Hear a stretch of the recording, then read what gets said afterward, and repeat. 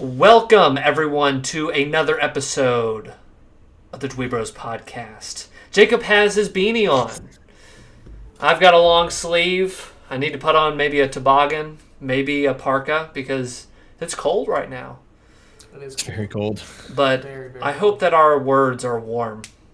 I hope that our words are like fireplaces to you. And if you're in Texas, I hope that you manage to hopefully figure out how to watch this podcast, as it is the most important thing you should be doing right now. I'm telling you right now, that's the least of their concerns if they're in Texas right now. Have you guys seen the stuff that's going on down there?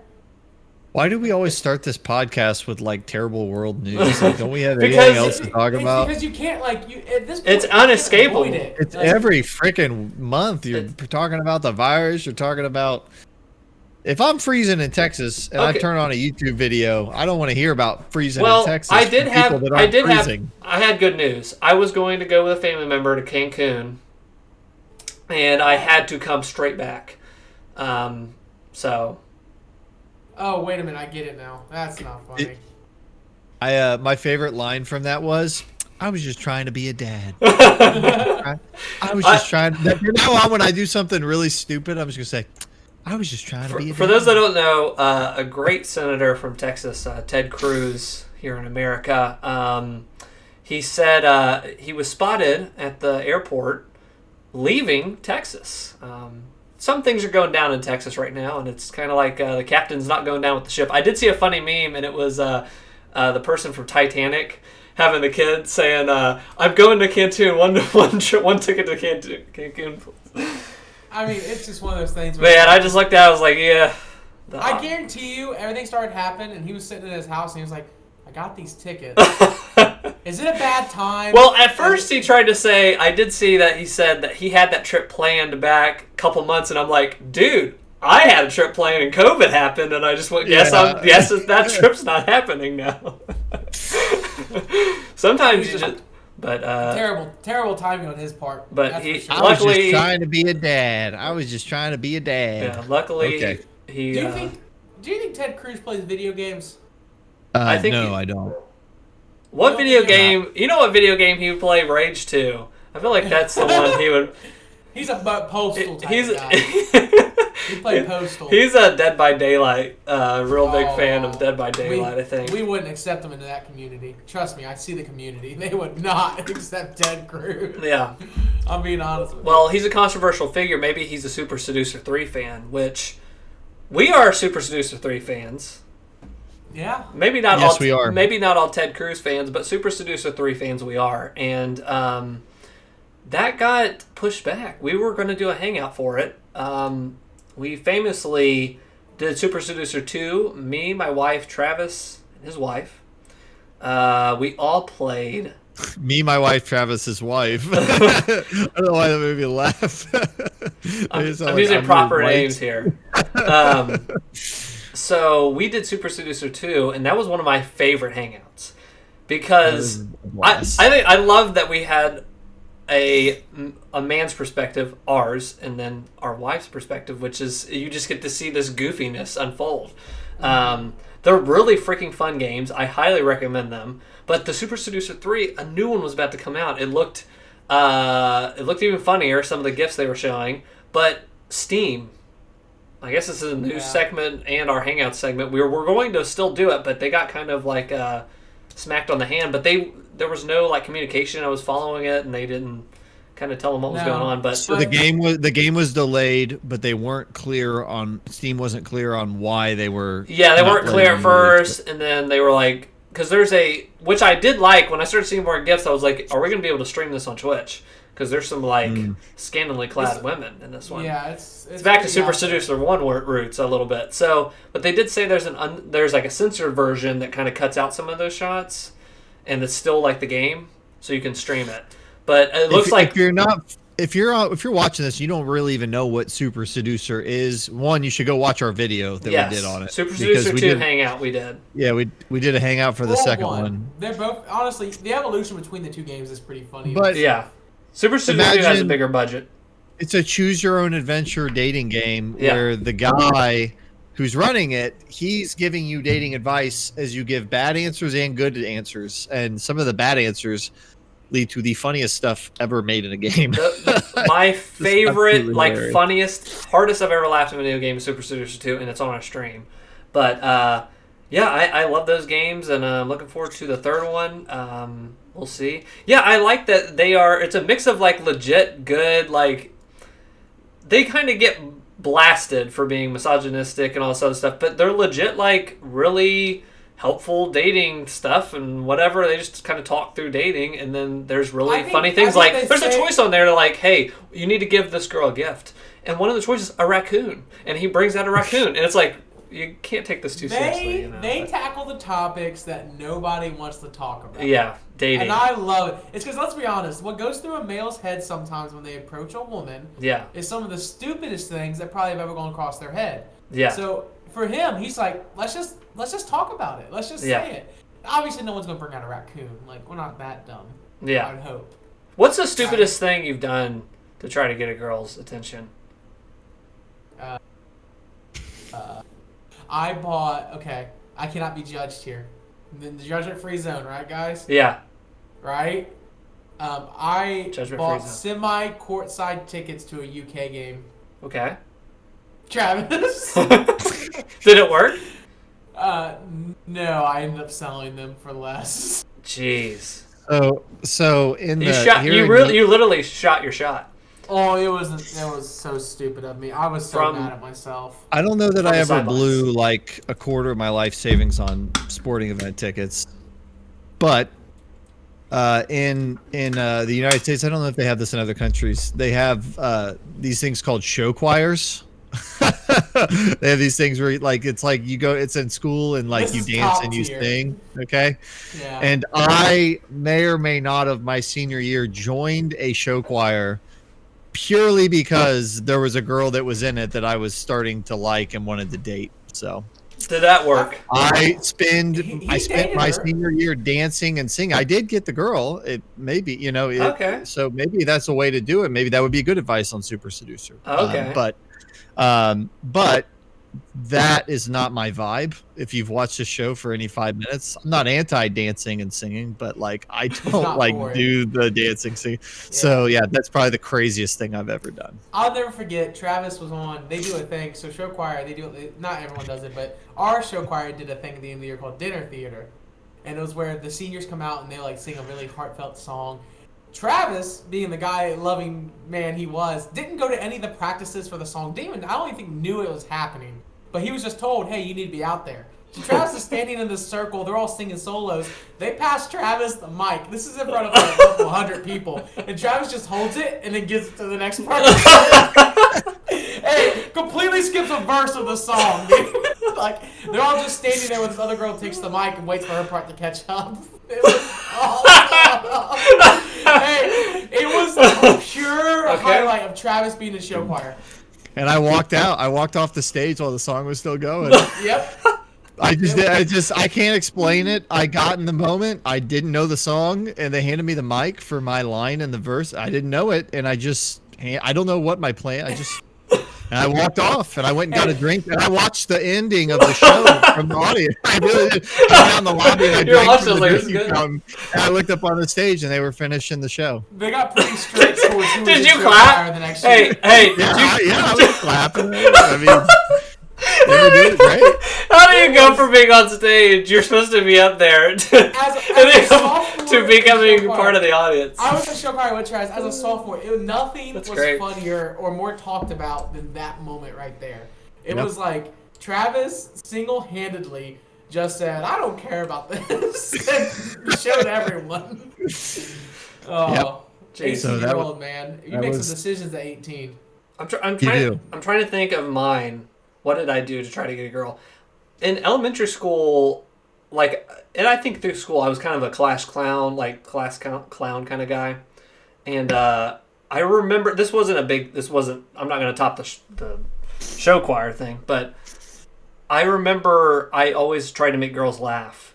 And one way I did that in computer lab, people would lean back, and kids would lean back and do this stuff. And I was trying to make these girls laugh, and I was like, watch this. And everyone is like, it's all dead silent there because we're trying to do this work in the computer lab. And I'm like, watch this. And I lean all the way back in order to fall. And it makes the clunk, clank, clank, clank. And I'm on my back. And they just die laughing. And the teacher's like, are you okay? And runs over and stuff. But I just did goof. Like anything that was funny.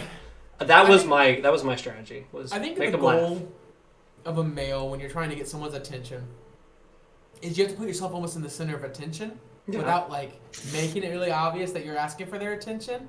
It's like it's a weird, fine line.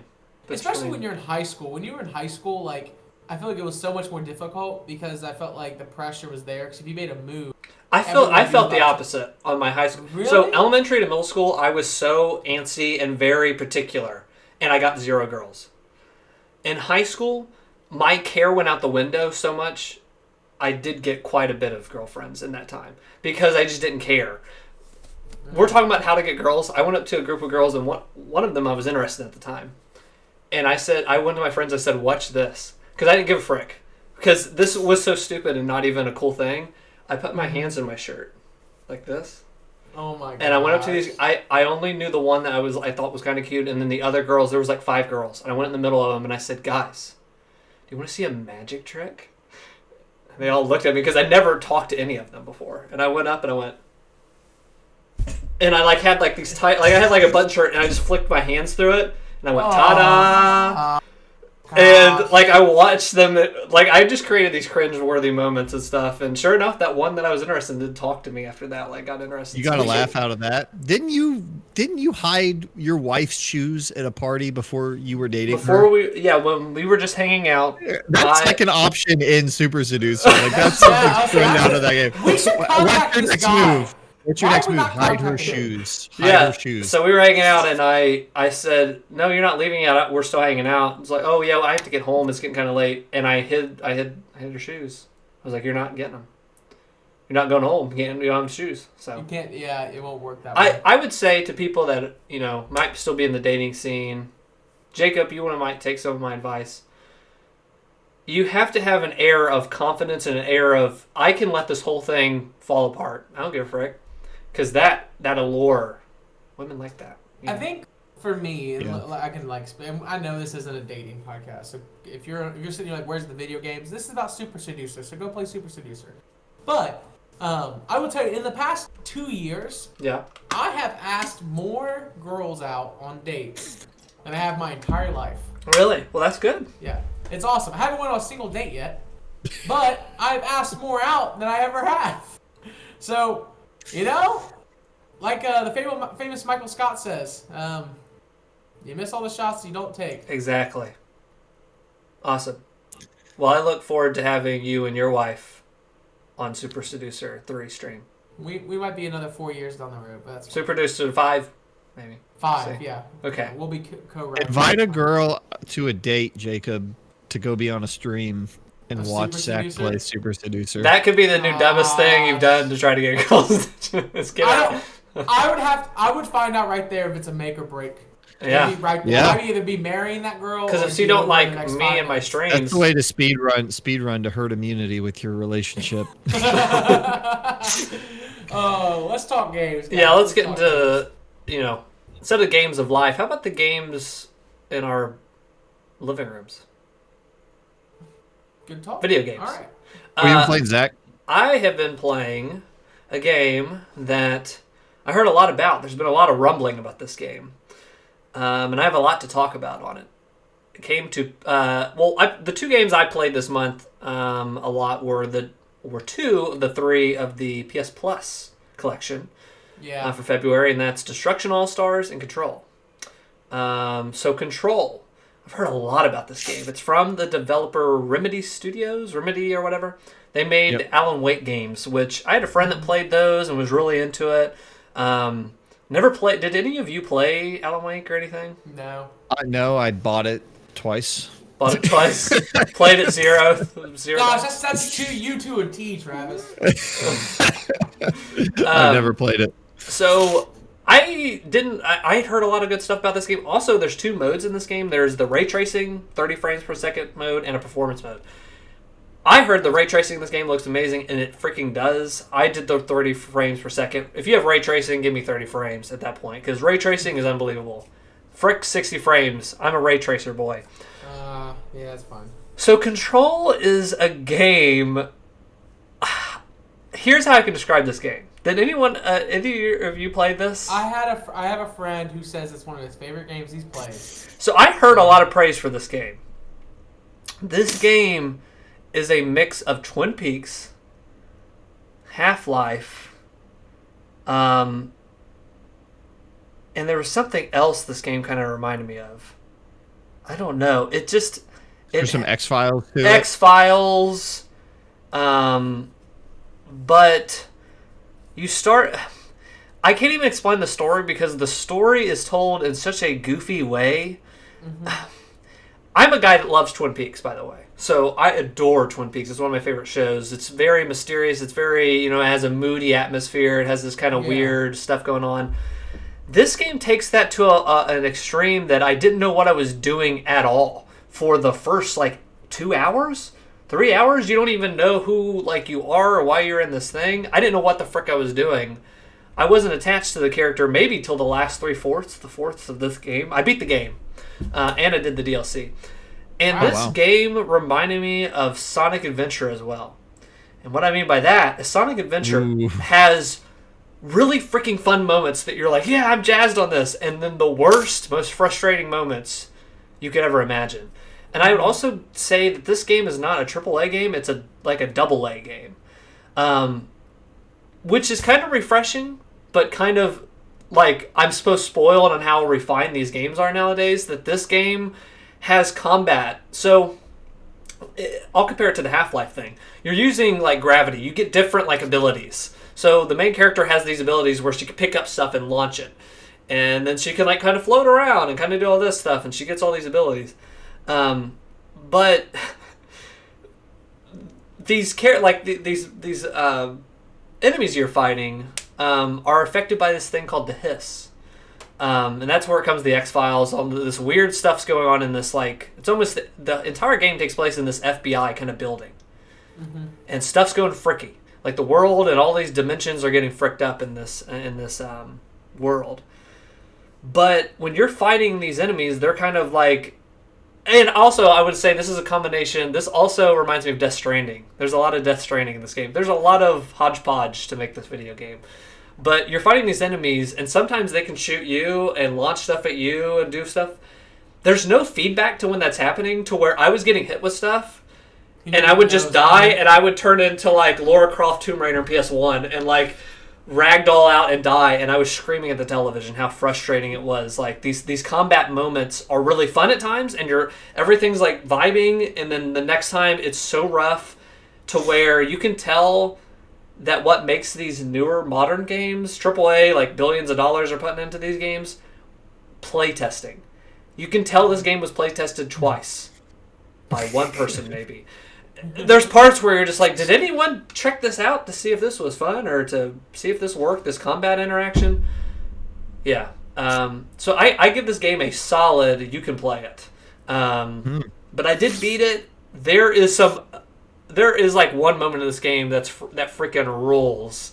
The weird stuff they do, it all comes together and it does a really cool thing towards the end.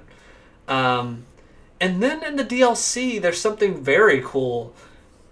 And I don't want to spoil if you guys want to play it, because the DLC is very there's something that's really cool in that.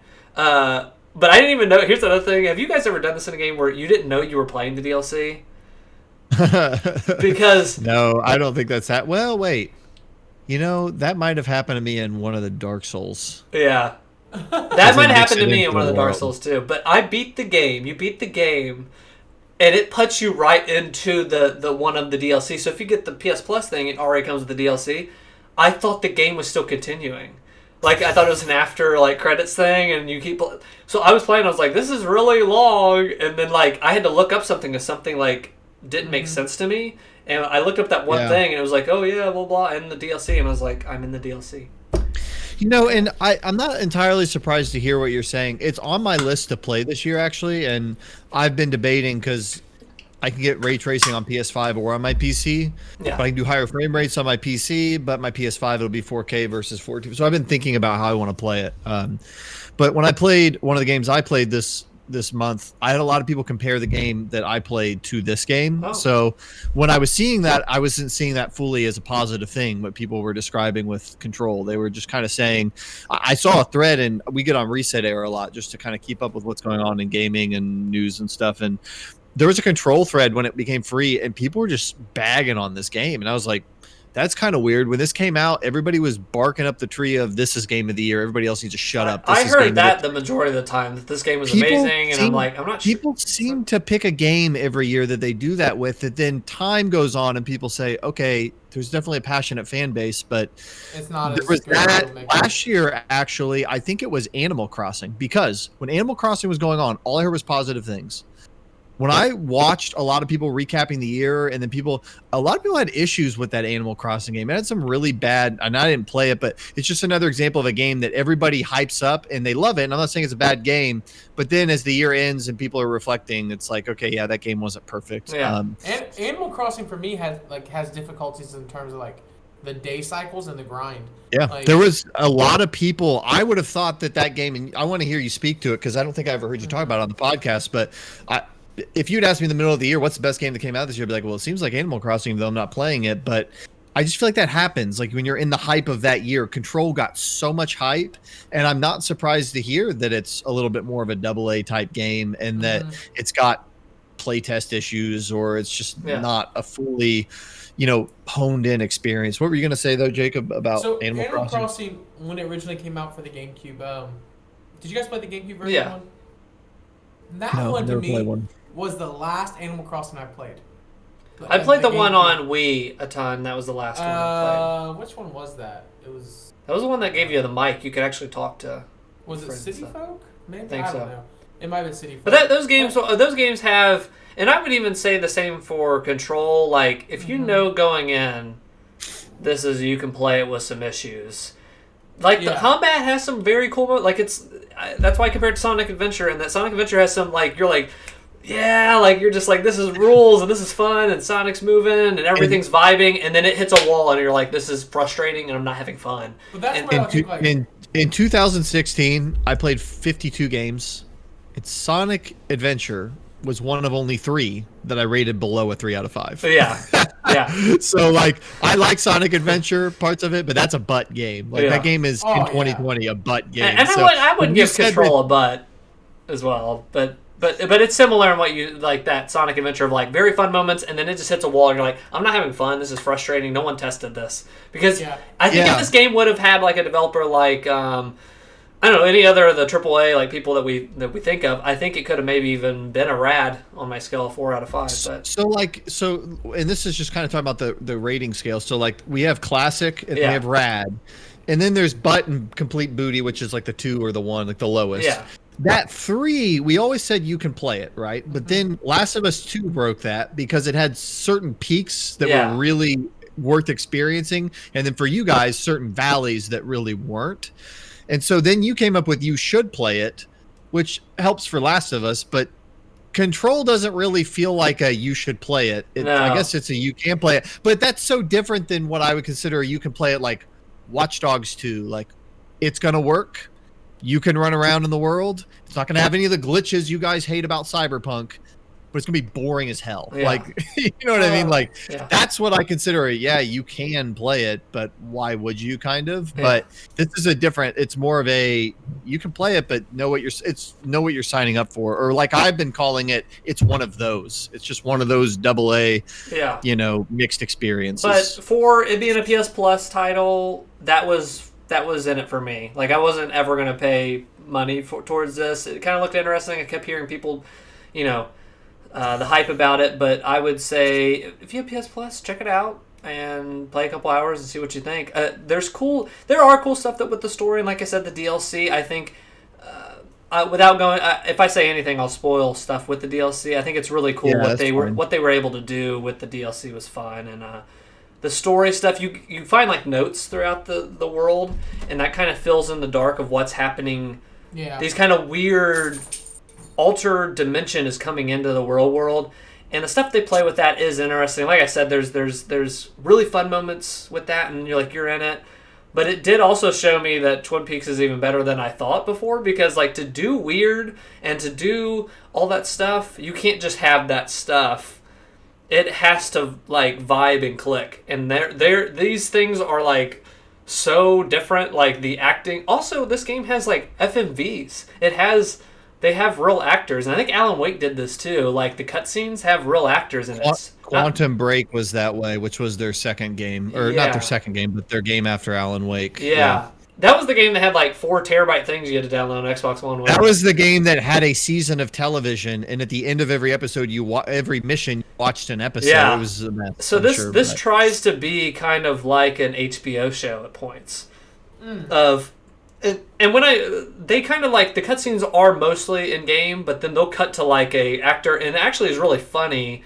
And they're like, you'll find these projectors, and they'll have like a real life actor acting this stuff, and it actually works. It's never whatever, but when it cuts back sometimes to like the main character, so what'll happen is what's going on with the entity, or what's going on with the hiss, or whatever here, I don't know. And then it'll cut back to the main character close up on her face. Like, it's just her, like, right here on the frame, and it's, like, her inner, like, speaking monologue. I think I should tell her, but just enough. And they do that the whole game, and that just, like, I just did not gel with this character at all, but, yeah. There's some cool stuff, and if you have PS Plus, play it. That's my recommendation. Control. Well, I want to talk about a game that kind of bounces off of some of what you were saying. I played a game called The Medium, and The Medium is an Xbox game. It's from Bloober Team, who did Layers of Fear 2, Observer. They did that Blair Witch game. Mm-hmm. So they do scary, spooky games. That's kind of like their thing. Actually, well, we'll get to that in the news section. Anyway, they do scary games. They do spooky games. But The Medium was the one Xbox exclusive game that was going to be coming out early this year. They've got an exclusive deal with Xbox. You can only play this game on Xbox or on the Microsoft Store on PC. And it's kind of like a AA type. I would call it. It's not a survival horror game. I wouldn't even really call it horror. It's not that scary. I've seen some videos of it. It's the game where it's like side by side and you're in a different dimension on one. Yeah. Yeah, you play as a girl. First of all, this game has drop dead gorgeous ray tracing and environment design. Like, there are parts where you walk through the woods and it looks like a freaking like beautiful woods with light coming through the trees. There's some really good environment design, but yes. So The Medium, you play as this girl. Her name's Girl. I don't know her name right now. I don't know, but she. The game starts. She's in an apartment. Like, her stepfather's dead, and he ran a funeral home, which is funny because, well, not funny, but he's dead, and so she's going down to the funeral home to like get ready for the funeral, whatever. Okay, so. Basically, you find the way they introduce you to this character is she's going to her own stepfather's funeral. But when you go down into the funeral home, you go down in the morgue and you just sense a presence. And it's spooky, but it's not scary. It's spooky in the same way the X-Files is, where there might be something over in the corner, but it's not jumping out at you or anything crazy. But basically, you've come to find that this girl can see spirits.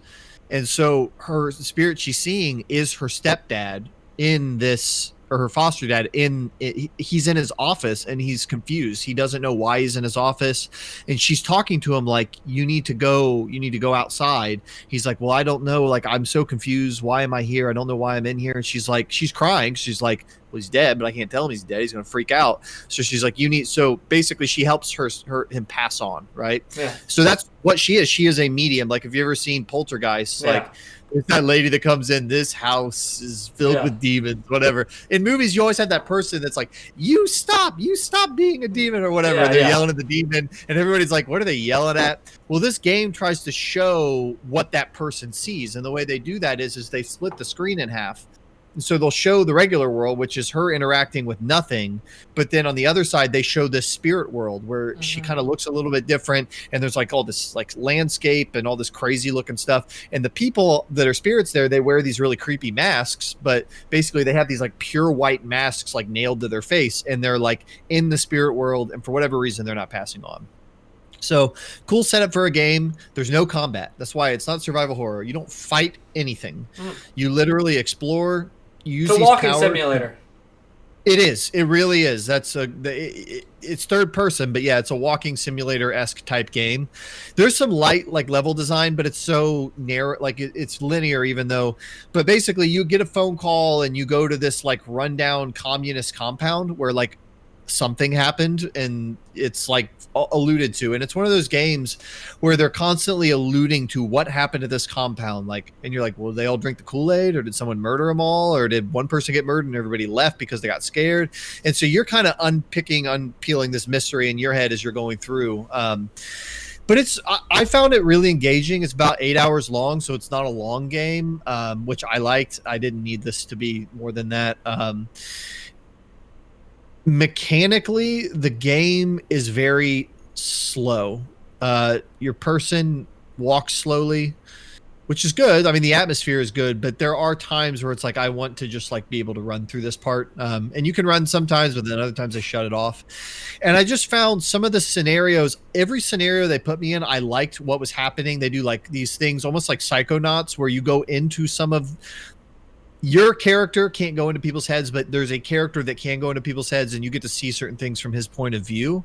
And so there are certain levels where they break up you exploring this compound with you being this guy going into other people's heads. And it almost reminds me of like Psychonauts, but more twisted, where like there's a guy whose dad was like a meat, processing guy or whatever. So like his headspace is all like this infinite butcher shop, and you're like walking around, and it's creepy, but it's not scary. There's nobody, necessarily like trying to kill you. But I thought it was good. One shout out is that not Nolan North. What's the guy's Troy Baker? Okay. In this game, he plays this demon. And this thing is a sick thing. And his voice acting it's like very amorphous and like non-gendered. Like you can't tell, like, is this supposed to be like a female or a male? But like, it sounds like pure evil. And there are a couple like Crash Bandicoot style chase sequences where this thing chases you, and he is like, I'm gonna put you on like a skin suit. Like he's just like saying creepy stuff. Like, I'm gonna wear you like a skin suit and stuff. And like, it is the creepiest. It is. He knocked that out of the park. But nice. Anyway, it's called The Medium. I would say it's a you can play it, or it's kind of one of those. It's like if an indie team tried to do like a Silent Hill type, thing with no combat. I enjoyed it. I had some issues with it, but overall I thought it was a good time. So cool. The Medium. Nice. The first Xbox exclusive probably in like 10 years. I don't know. I don't know. They've not had anything in a long time, but it's a solid first outing for them to have some. Oh, I will say, last thing about this game has some content. I'm not like, not that it matters, but this game has some like content stuff that I was genuinely shocked that they did what they did, and then they sat on it for a while, to do with, like sexual assaults and or like minors. Like, there's just, this game goes places and they tell certain stories and then they make you sit with those characters, and I didn't expect it. So I don't know. I would have thought maybe this game is very like, surface level. This game almost to the point of like, I don't know if these guys, like, they're European, the guys that make it, and then it's in English. So you're like, I don't know if they realize like how, charged some of this stuff is, but content warning all over this freaking game. So if you're sensitive to that kind of stuff, don't go in blind. The Medium. Yep. Gotcha. The Medium. Cool. I only played one other game for a little bit. I've been playing Cyberpunk still, Ghost of Tsushima, bouncing back and forth between those. I'll never beat those games, I just discovered, but they're fun still. That's how I kind of feel about Cyberpunk. I'll never finish it. But I played Destruction All-Stars. Jacob, did you play that? No, I haven't downloaded, but I have not like played it yet. Yeah, we should all play that soon or whatever together because I only played online a couple of games, but it's also on PS Plus, so check it out if you have that. It's kind of reminds me of Twisted Metal, where you're kind of crashing into cars and stuff, but you can get out of the vehicle. Like if your car blows up, you pop out of the vehicle and you run around third person. And you Like try to take another car, And right? you try to find another car real quickly, get in the car, and then start, some more damage and stuff. It's very funny. That story of that game has really changed from going from like, hey, this is a launch title that's 60 something bucks to hey, delayed. No, it was gonna be 70. Yeah, 70 something. And you know what? Playing the PS to now free. Yeah, playing the PS Plus, it was a PS Plus free title. Not ragging on the game. I need to play more of it, but it is not a $70 game. It's kind of like it kind of exists to just be this fun thing you hop on with your friends, PS Plus style, cool stuff like. Yeah. Well, I think it's got a lot of. I think it's got like some paid modes too that you have to buy, so it's not even really free. That's what the review I watched. I watched like a 20-minute review on it, and it. Sorry. This oh thing my like gosh, dude, you're doing a magic trick? Oh my gosh. Okay. Pulling a rabbit out of his hat. Jeez. But it's not free. Like the main battle arena mode is free, but like the other modes, like there's a crazy taxi style mode, and there's some you have to pay for them. I didn't know all that. Which I mean, it's free, but we got to find a new term for free with the caveat that if you don't have the subscription, it's no longer free. That's not free. Freemium. It's freemium. It's freemium. It's free. Well, and even then, if you don't have PS Plus later, you don't have it. Yeah. So like it's free if you subscribe.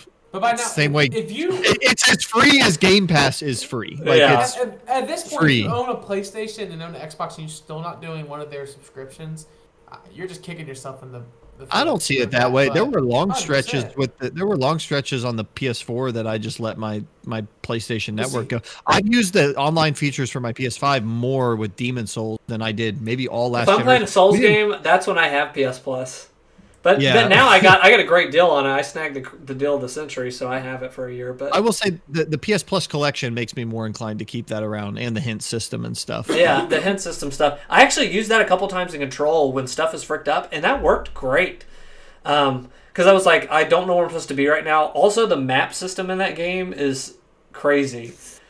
I don't know where I'm at. Like, I'll be walking, I'm looking at the map. You can pull the map up and still walk, and I don't know where I'm at in Control, but I did pull up the hint system, and that hint system works great. It pulled up a little video and said, you need to go here and then here. Thank you. Okay. Destruction All-Stars, though, I downloaded it. I'll play it with you guys. Yeah, we should check it out. That is I'll screw around with that with you guys, but that is not I'm ever going to play that on my own. Yeah. Unless I check it out and I really like it. But it's, it's something you can keep installed and screw around with. Yeah. So it was never going to be a $70 thing for me. That was a $20 thing, but hey, free on PS Plus. That works. That's where it should be. Another PS Plus game that I played and I beat, I played it a while ago when it came out, and then I didn't beat it until just this past couple of weeks, was Bugsnax. I finished Bugsnax. I like hearing about them Bugsnax, and I like playing, the music of the Bugsnax, but sometimes catching the Bugsnax kind of freaking sucks. That's kind of where I'm at on that game. I like that game. I had a lot of fun. My wife would hang out with me and she'd be on her phone or whatever. That's the perfect game. If you're looking for a game that you don't really like, you're listening to what the people say, but like, it doesn't matter. You can get distracted. That's a good one. I like the music. That's a AA game. That's an indie capital I game for sure. So like I didn't go into it expecting like some mechanically really honed in thing. But what I will say is early in the game, I felt like I could hear what they wanted and I could scan the environment and figure out where that thing was and figure out how to catch it. Like, okay, there's ketchup here. They like ketchup. Obviously they're a burger. But as you go just for reference, Bugsnax is a game where the animals are snacks and you catch them with snack traps and you use ketchup to lure the burger the bunker. There's different. Over It's like a baby, tiny version of Breath of the Wild of these systems interacting throughout the game. It is. No, it is, and they do, and sometimes you'll get two animals to piss each other off so much, two snacks, that they will just go at it, which is funny until you really need to catch it and you've gone to sleep 3 times and they won't reset. Where Bug Snacks kind of falls apart for me is it's got a charming story, charming music. I liked every character except for one I thought was really annoying. There was one person that was like out in the desert, like meditating and just whatever. But they were like 15 out of 16 as far as characters that made me laugh and smile. So Chadlow is my favorite. Hey, bro, I got a lips and Bug Snacks, man. Give me some meaty snacks. But so good story. The ending gets very insane, and like you almost feel like you're watching like an alien like body snatcher movie of like, oh my god, what happened to this person. But man, some of those later snacks and every quest felt 3 steps too long, to where like to get basically the whole structure of the game is there's a town and then there's these regions you unlock and you're trying to get NPCs to come back to the town. But to get somebody to come back to the town, like the first few you meet, it's like you got to give them 2 or 3 sets of snacks. But then as it goes on, like some of these freaking people, it's like a 6-step quest and you got to go to places you haven't unlocked and then you got to go get another person. And I think I just kind of by the 4 or 5 hour mark, I was ready to be done, but it was 6-7 hour experience. And so I get that. I actually agree with that. I think it's they could have trimmed the fat a little bit. Yeah, and they had all this side quest stuff that I actually was interested in doing, and I still I uninstalled the game when I finished it because I was like, I think I'm done with this. But like there were some cool quests where they were like almost like companion quests. Like there's one girl who wants to know what everybody in the town's doing, so you start like sitting around at night and then going and finding. But I had to do so much. It felt like the main quest stuff was grinding, and the side quest stuff was the more interesting character stuff at times. And finishing the main quest just kind of killed my enthusiasm to finish doing those side quests. So, it's a fun little game. If you got it on PS Plus, I think it's worth checking out. I think that is a $10 and less buy for me. And I think that you watch the trailer and if it's something you want to play, maybe buy it. But other than that, I think it's like a free thing, but for me, but I won't play it. Yeah. I'm glad I played it. I'm glad it exists. But yeah, so that's Bug Snacks. Cool. I'll go through mine because I haven't really been playing a lot of breathtaking non-casual games. Casual corner. You're allowed to be the casual anchor. Like you don't have. I will forever be your casual crew, guys. Nothing will never change. I'll play occasionally. When Mass Effect comes out, that's when you'll see pure bliss come out of my mouth in terms of everything I say. Coming out of your mouth? Pure bliss coming out of my mouth. Yeah, did I use that incorrectly? No. I don't know if it's wrong. I've just never heard someone's. Oh, right on. Well, nonetheless, let's move on. I have been sticking to Call of Duty a lot lately. I've actually dipped my toe back into Warzone, which Warzone, if you guys don't know, it had an interesting little conundrum when Call of Duty Cold War came out because they were confused whether or not the two games were going to coexist because Warzone was originally a tandem with Modern Warfare. But nope, they have mixed both games together into Warzone. So you can use any gun from Cold War, any gun from Modern Warfare. It's a giant... Go ahead. They're different engines, aren't they? It's actually really impressive because... So essentially, it still runs off the Modern Warfare engine. I'll just cut it quickly. But the new season's getting ready to come out, and they're saying it's supposed to be a massive update, so it may completely switch over to Cold War, which wouldn't surprise me because it pushed sales for that game, even though that game is selling great. But what's been interesting is the gun designs of Cold War going into the Warzone game is really weird because the guns shoot completely different. And I didn't think it'd be that way, but I use an AK-47 in Cold War, and I'm pretty good at Cold War. Like, I'm not like amazing, but I'm pretty good at Cold War. I play hardcore domination and search and destroy pretty much exclusively, and it's just what I play. But when I went to Warzone, I put my AK class in. It didn't. It was awful. It was so bad. I might be in the minority, but I didn't really click with Warzone that much, and I've played a lot of Black Ops, which I know is like insanity.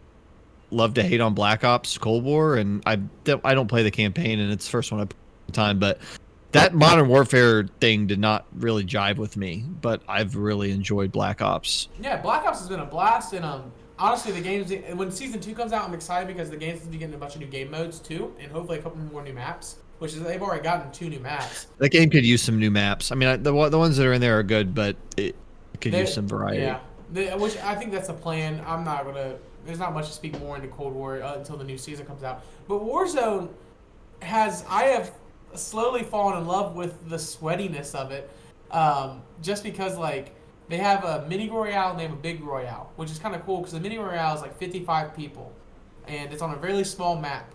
And the way it works is you respawn as long as your team's still alive, but until your entire team is wiped, you're still playing, and it is awesome.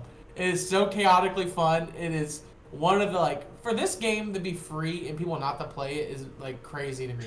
But that's why it's like one of the most played games out there is Warzone. There are 3 currencies that decide if I can play a game: how much it costs, how much time it takes, how much space it takes. That game takes way too much freaking space. Yeah, I have a new way SSD. Too much space. I got a new SSD that I have to install because I'm maxed out on my computer, and it's because I have Warzone. And that's just for Warzone, just that SSD. Yeah, totally. It's crazy how much space it takes up. But I liked it. I liked Warzone the second time I played because I think I had. Didn't I play with one of you guys or Kenny? I think we did one day. Yeah, and I had a lot more fun when I had people I could respawn on and stuff and get a little further. I did like Warzone. Did you see the latest rumor about the next Call of Duty? Did you guys see this? The next Call of Duty is supposedly going back to World War II.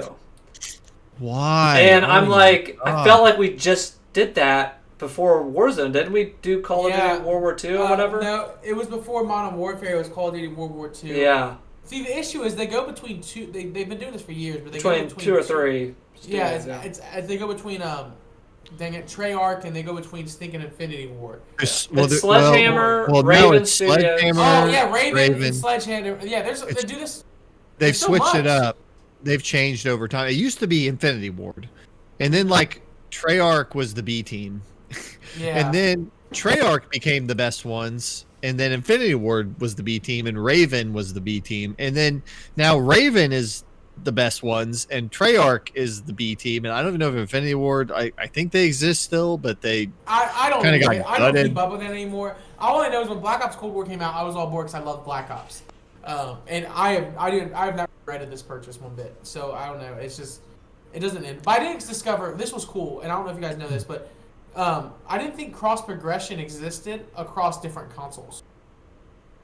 I don't know if you guys for Warzone on Warzone specifically or any game on Warzone. So I was really curious. Can I play my Warzone account on my PS5 and it translated my PC? And after doing some finagling, you can. Oh, and so nice. I've been playing PS5 Warzone, and then been switching over to my computer. But I'll tell you right now, playing a shooter at 30 frames per second versus playing on a PC is a huge disadvantage. Unless I got ray tracing. Unless I got ray tracing. No, I was playing on Warzone, and I was like, this is so stupidly slow. I can't play. I can't do it.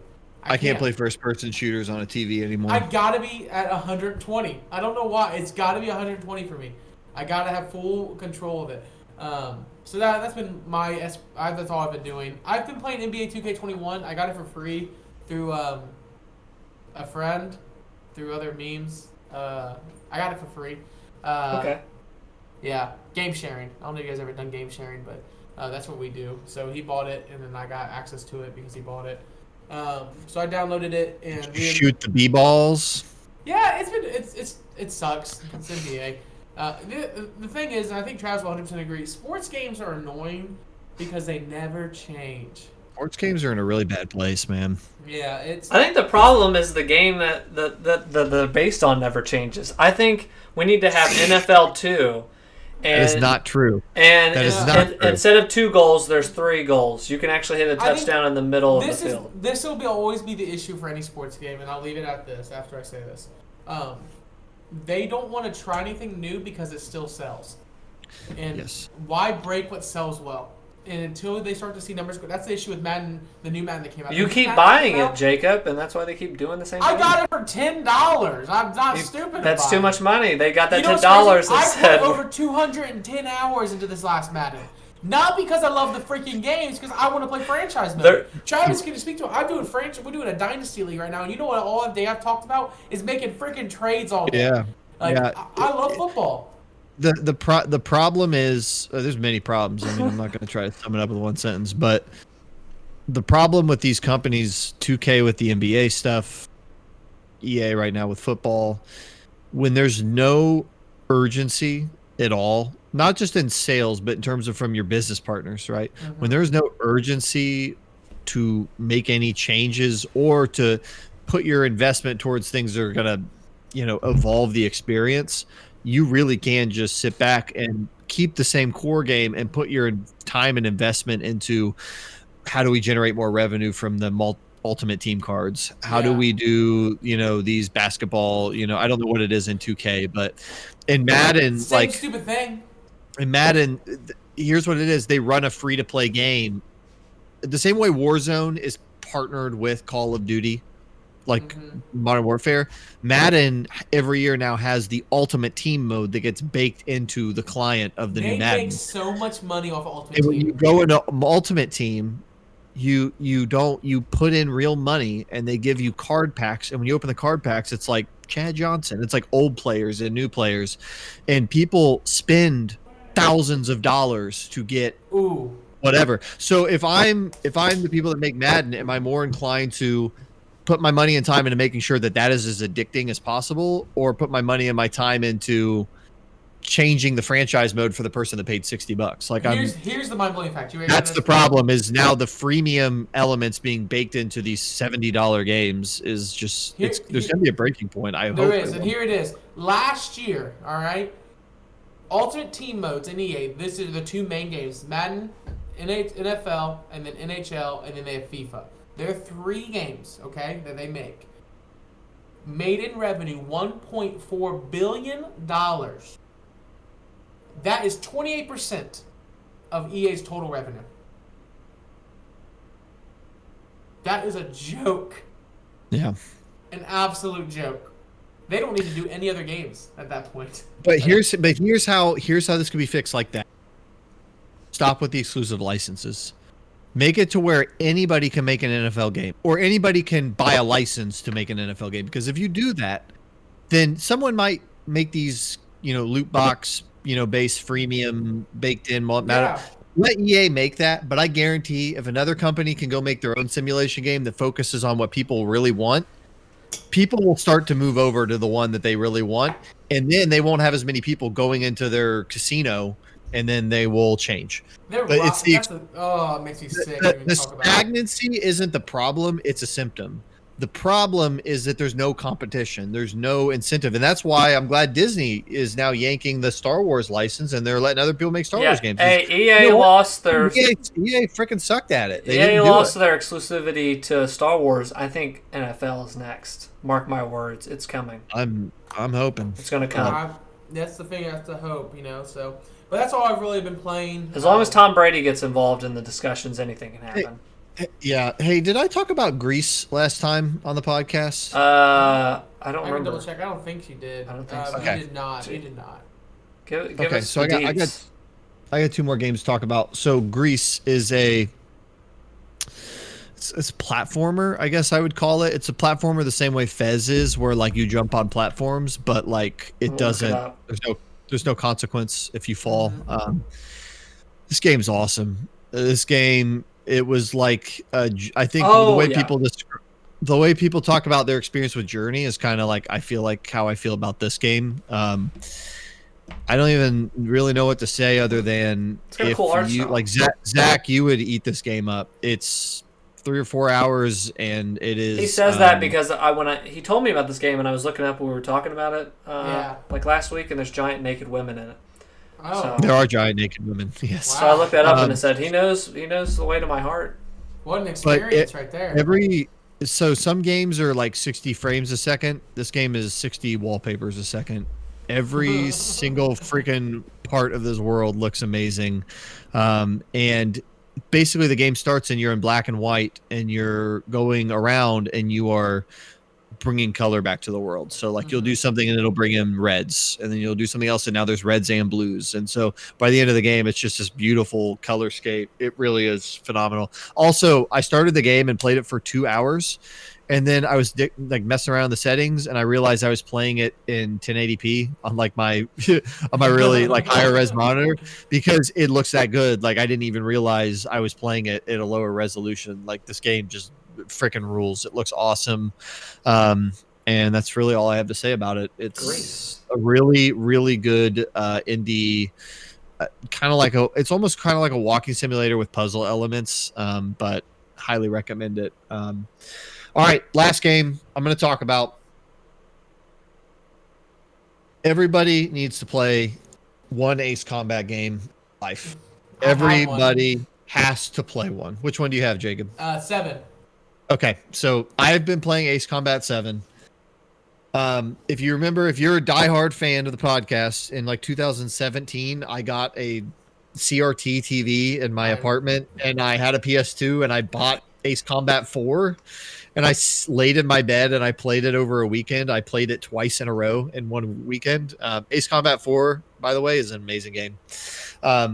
Here's the Ace Combat series. Okay, it is Japanese anime melodrama mixed with the military surrealism of a Kojima game, mixed with the storytelling. Like it's just so good, man. It's so just 7 it's the a newest one? I thought have you 7 is the newest one. 7 is the newest one. It just came out 2 years ago. Yeah. Okay. And I've had 7. I just never played it. But these games are they just have kick-ass soundtracks. It's just such a fun world, like it's all this fake European like stuff going on. But when you see this game, you think, oh, it's like a Tom Clancy game. No, this is like there's a Kojima influence underneath this. There's a Metal Gear influence under this. Like the first mission, you're flying around and then you pass through the clouds and there's a giant sky elevator and you're like fighting over the sky elevator, and then the president gets killed and you get blamed for it, and now you're in the prison unit, but they have the prison unit go on these missions. Like these games are awesome. So Ace Combat 1, 2, and 3 were PS1 games, and they were kind of straightforward plain combat games, with the third one getting kind of sci-fi. And then 4, 5, and 0 are what's called the golden age of Ace Combat. They are these PS2 games.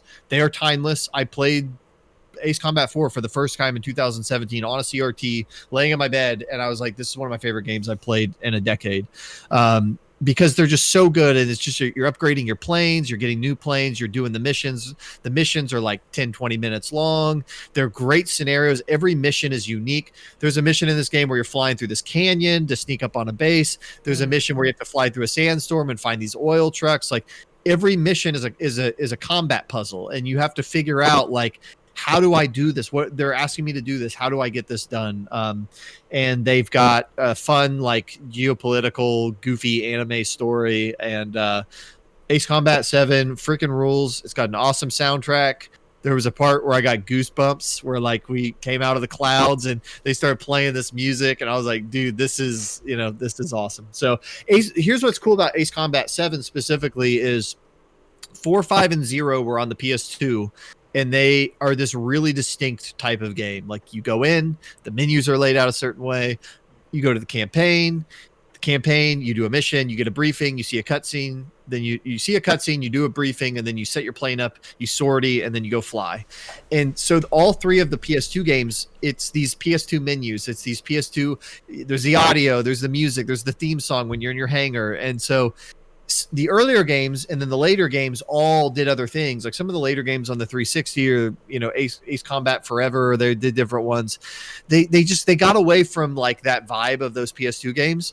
Ace Combat 7 is a PS2 game on the PS4. Like it is the one. They went back and they got those old menu styles and that old way of storytelling, but then they mixed it with new graphics, and it reminds me of like The Last Guardian, how that felt like a PS2 game, but it wasn't. That is what this game is. So, Cool. Jacob, you need to play this game. I have 7. I got it from you because I think you got 2 copies on accident, and I was like, hey, I'll get one of those games. I'll buy it from you. And then he's doing a play share program with it. Yeah, no, it's. But then I got it and I played like 1 episode of it, and then I haven't touched it since. Dude, you got to dive back in, man. I need to play a lot of games, right? It's so hype. So Ace Combat. Cool. I think highly recommend. It has a VR mode, doesn't it? Oh, that's the other thing. That's part of why I mean, I've been wanting to play it, but I went back and watched. People are like unanimous that this is the VR experience. It is. There's 3 missions, which the missions can be pretty lengthy in this game, and people have just absolutely raved about the VR mission. So I want to get my PSVR hooked up, and I was like, well, what better thing to try out first than to finish this campaign and then dive into the VR stuff. So I saw people saying it's worth buying the game for the VR missions, even if you don't play the base game, which the base game's awesome. I don't know why you would do that, but it's fun game.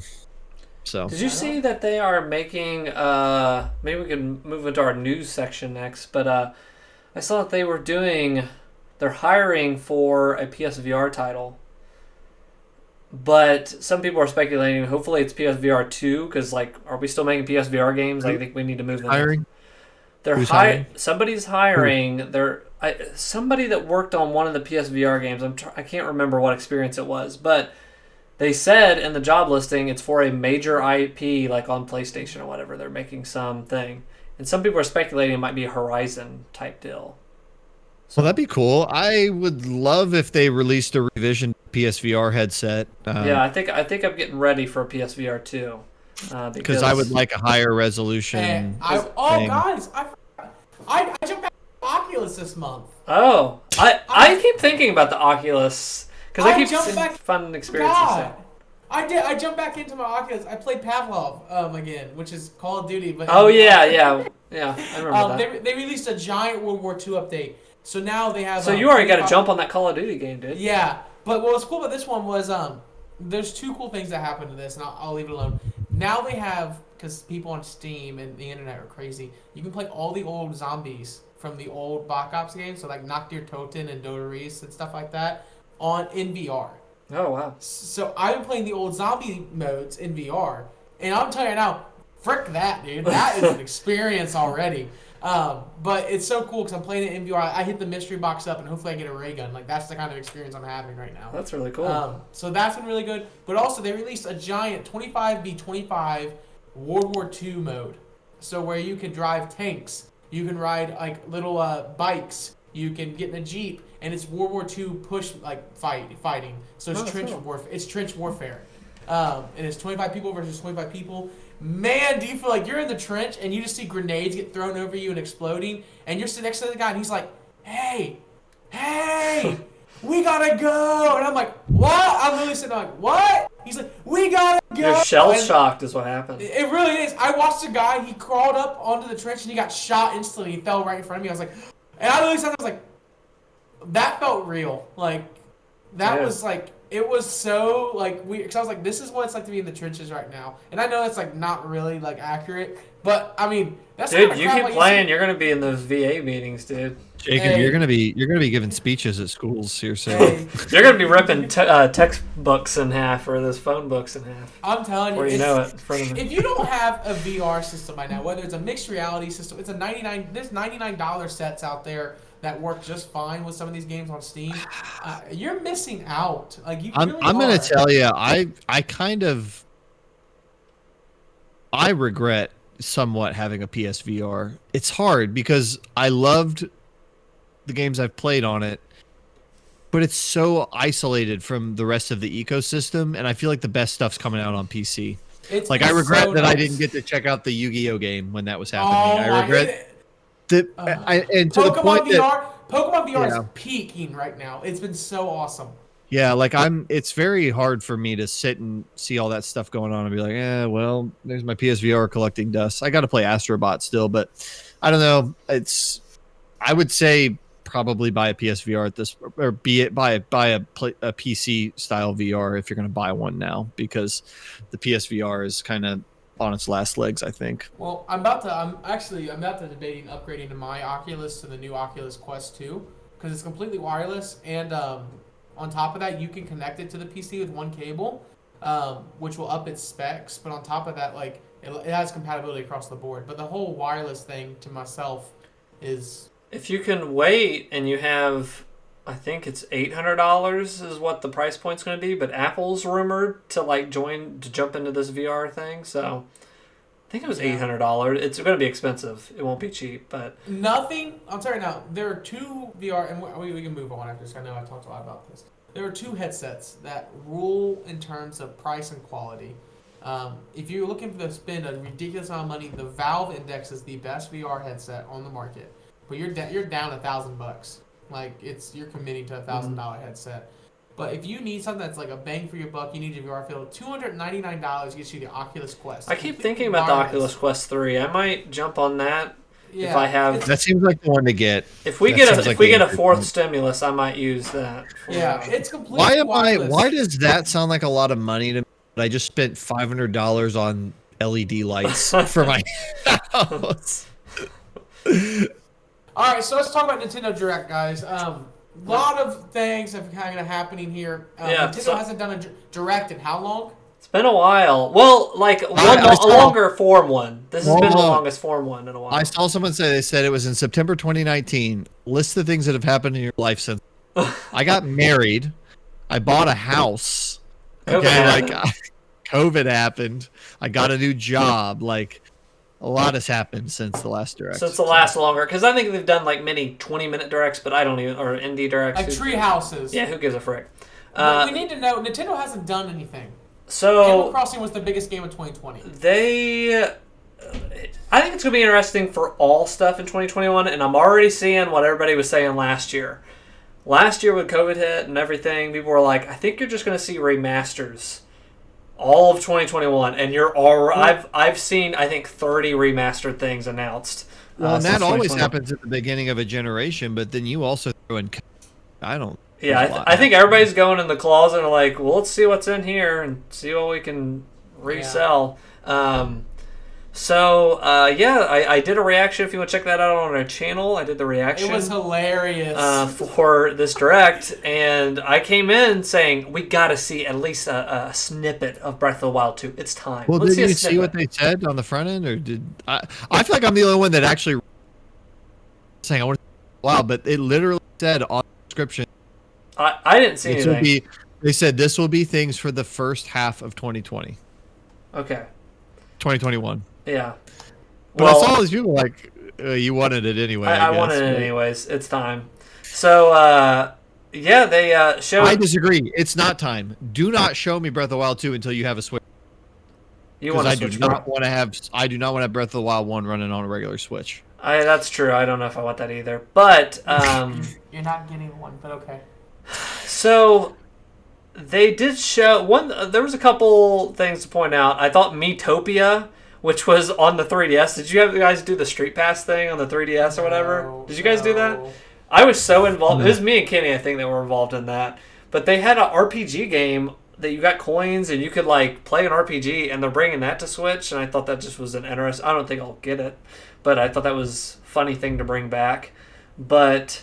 Mario Golf looked really cool. That looked really freaking fun. I think I tuned in late. I didn't see either of these things. The Mario Golf. Okay, it's like standard Mario Golf, but they showed there's a new mode that looks amazing, and it's called Speed Golf. Yes. And what? I'm getting Mario Golf, by the way. Yeah, I love that game. I think I want to try and pick that up because the Speed Golf mode it's you and like 3 other players, and we all tee off at the same time. And then you run. You run to your ball, and you're running down the field. So there's Mario, and Yoshi's on an egg trying to spin and stuff, and you're trying to that sounds cool. Hit your ball, and you just have to be really good at then you have to strategically hit the ball and get it there, and whoever's first wins the hole or whatever. But That sounds cool. That's a fun. See, that's what I'm talking about. Madden. Add something crazy like that. That's a new version of golf. That's why that's fun. So that's a whole new $60 game you're talking about. Yeah. So it's golf too. So that looked fun. But then they got towards the end, and you get to see. If you want to check out my reactions, and they showed Skyward Sword is getting a remaster, which I'll reiterate for the podcast. Not a good game. Hey, not a good game. Don't like the game. I'm gonna tell you right now. I'm just gonna tell you. I skipped the Wii version. I skipped the Wii version for a lot of reasons. I heard it wasn't like great. It came out in a weird time in my life where I was broke and I couldn't afford video games that weren't great. But I heard the biggest issue was the controls. Yeah. Now, they said, you know what? Button only mode. Yeah. Here you go. So I'm gonna play this game in button only mode, and I guarantee you, I'm gonna enjoy a lot more than Breath of the Wild. We'll see. I'm kind of mixed on this one. So I didn't play Skyward. My brother had it on college, and I screwed around with it for 10 minutes. I also was not like digging the motion control stuff, but some people say this one has a great like story, which that's not really why I play Zelda games. But it's been a long time since I've played like a traditional Zelda. So part of me is like, maybe this could be fun. But I've heard two things about this game: that you fight the same freaking boss like 6 times. Yes. And it's super long and repetitive, which I don't really want to do. It's very bad. And the second thing is there's really 3 things. The second thing is I know they retooled those controls. It didn't look, I guess I'd have to play it. It didn't look like fun. Like using the stick, it almost reminded me of Skate, where like you use the stick to flick. Yeah. But those, if you're not on a Switch Pro controller, like those little thumbsticks, like that will be like hell to do. And then I'm sorry, that game looks bad. It looks, and I know that's supposed to be an HD remaster. They put no effort into those textures. They literally are just rendering it at a higher aspect ratio, I guess. But like those textures look so washed out and so blah. Like the Wind Waker remaster looked like it had some lighting work done. Like they worked on that game. Yeah. I felt the same way about the Twilight Princess one. I didn't feel like they really put a lot of effort in that, and this looks even more bare bones. It looks like they put no effort into this remaster. Yeah, I'm kind of sick of that with Nintendo. Like, I hated what they did with the Mario.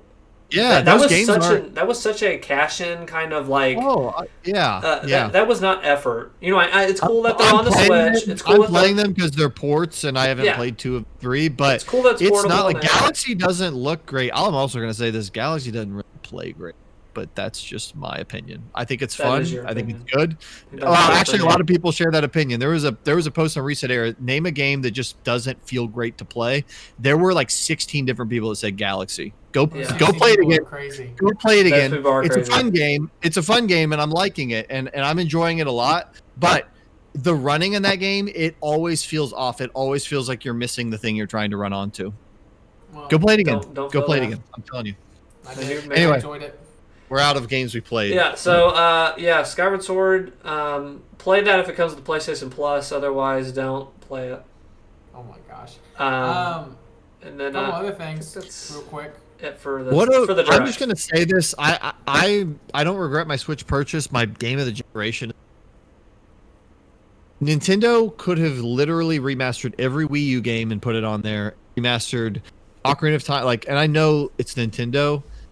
They have left so much money on the table. When the Switch came out that first year, I will buy everything for this thing. I don't spend any money on my Switch, and I spend very little time on my Switch, and that is on Nintendo. It's become like what I feel like the Wii U was to people. Like, I don't friggin' use it. They don't give me anything to play on it, and I guess that's the way it goes with I play indies on it sometimes. Yeah, I think it's created a way. I would use it more if COVID stuff wasn't happening. Because if I was out traveling for job stuff or whatever, I was using that and playing different games on it and indie titles, and I would get more games for it. But now I'm stuck at home. It's there's nothing really to play on it, and I don't know. But yeah, I feel you same way. Yeah, I don't want to be a hater, but yeah, and I will say Skyward Sword. That's why I said when I posted this on our Twitter, Skyward Sword's the one game I'll crap on, any day of the week. Yeah. Splatoon 3? Oh yeah, Splatoon 3 got announced. I don't know about you guys, but I really like Splatoon. I think it's a really fun game. It's a great, in my opinion, it's a perfect drop-in, drop-out multiplayer game. Yeah, I liked 1, and then 2 I had the same trouble with that maybe people are about to have with Skyward Sword, like you were mentioning with the analog sticks. That analog stick kind of sucks on the Switch, right? Like, it's not great. So, like, I was having so much trouble playing Splatoon 2.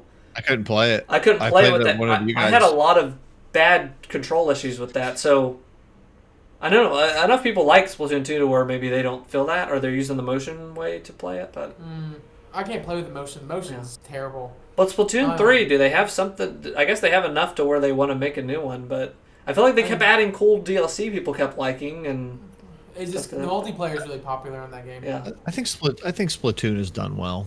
Yeah, it has been one enough better for another game. But Animal Crossing has been their best-selling game so far. It was second to Mario Kart 8. So that came at a perfect time, right when like nobody could be next to each other. Well, that's what they said. They said this game when Animal Crossing came out, it got the COVID effect where it was like supply and demand. The Switch was already up, and Animal Crossing was the perfect social distancing game. Yeah, that was a great time to get that out. So. A couple quick news things that came out. Apparently, beep, beep, beep, beep. That's my news. Yeah, apparently we're getting some Silent Hill games. Yeah. Breaking news. This is important for. What's going on with your mic? Yeah, your mic keeps cutting out like throughout. Can you hear me? Now Hello? we can. Do you have noise suppression on or something? I must. Can you hear me now? Yeah. Yeah. It just cuts out sometimes every now and then. Was it doing it this whole time? Yeah, at times, but it was only for a second, so we didn't mention it. Hang on one second. That right there was the longest pause I've had. Yeah, that was 2 when paused. Cut out. We thought Nintendo had censored you, or Twitch was like muting you. Hopefully that stops it. Okay. So it's just Discord settings. Yeah, Silent Hill. What's going on? So Konami has Silent Hill, Metal Gear, Castlevania, and it sucks because they don't make games anymore. Yeah, so they make pachinko machines. The rumor has been that. Yeah, pachinko machines. The rumor has been that they are going to be releasing a Silent Hill game potentially, but it's been like nonstop. Like, is that happening? Is it not happening? It was supposed to be revealed with the PS5, and then it wasn't. But it has now kind of come out and leaked that there are 2 Silent Hill games coming. One is by a Western studio. One is by a Japanese type studio. And so the rumor is that one is going to be Kojima. Oh shit! And the other one is going to be Bloober Team, who made the Medium. Oh my gosh, the Bloober's back. Yeah. So I would be excited for that. And when I was playing that game, it was like a Silent Hill kind of vibe. And I don't think any of us are like the biggest Silent Hill fans. But why this is important, embedded in this leak, was that they are actively seeking people to outsource new games for the Castlevania and Metal Gear IPs. Let's get Blue Point on that Metal Gear game. Well, yeah, that would be a remaster, but so I just thought that was interesting that Konami looks like they're nuked their internal development team, so that's probably why they're not making anything. Yeah. No, they might make better games now. Yeah, I mean they are just sitting on stuff that they're not going to use. They might as well make money on it. So, but hey, while Konami is not investing internally, Bungie is. What's Bungie doing? Yeah, Bungie's growing a lot, by the way. What are they doing? Well, go ahead. So, basically, they announced yesterday that their studio, what is it? They're tripling in size. Mm-hmm. They're opening a studio in Amsterdam, like another studio. Yeah. It's kind of wild because they're not a publisher; they're an indie developer. Well, independent, not really, but they're gonna have a new IP in 2025, and that's where 2/3 of their workforce is going to be focused on. So Destiny 2, whatever the live team is going to write out these last expansions. And then they're working on Destiny like in other media, like shows or movies or TV or whatever. So that's kind of a big deal. I feel like this happened with Halo. So when they, announced they were leaving Microsoft and that they were going to work on a new IP, for some people it didn't go the best, but they started like Paul McCartney, and they like finished out the last couple little Halo projects, and they worked with Peter Jackson on a movie, and then they moved to Destiny. I think this is pretty significant. I mean, they're basically saying that they're getting ready for the next thing. So nice. I was curious for you guys because I think I'm the biggest Destiny fan out of all of us, but I think we've all played it to some degree. What would you be looking for from Bungie on a next thing, if anything? Maybe you're just out. No space. No space. I want Really? them. I want them to come back to Earth. Planet Earth. Well, they Space said they're thing? going to do things in new worlds, so you might be I disappointed. think for me, As long as it's on the ground. I don't even care about I'm kind of sick of the shooter. I want to see if they can do anything other than shooters. Yeah, see if we can do Well, a third person. They're the best in the world at shooters. I so. know, and don't get me wrong. Make a walking simulator. The best Destiny- walking simulator ever. Destiny is a good shooter. I don't have nothing against Destiny. It's your yeah. I just want to see if they can do anything else. Okay, okay, you can do whatever, space, whatever. I want to see a 4-player co-op experience.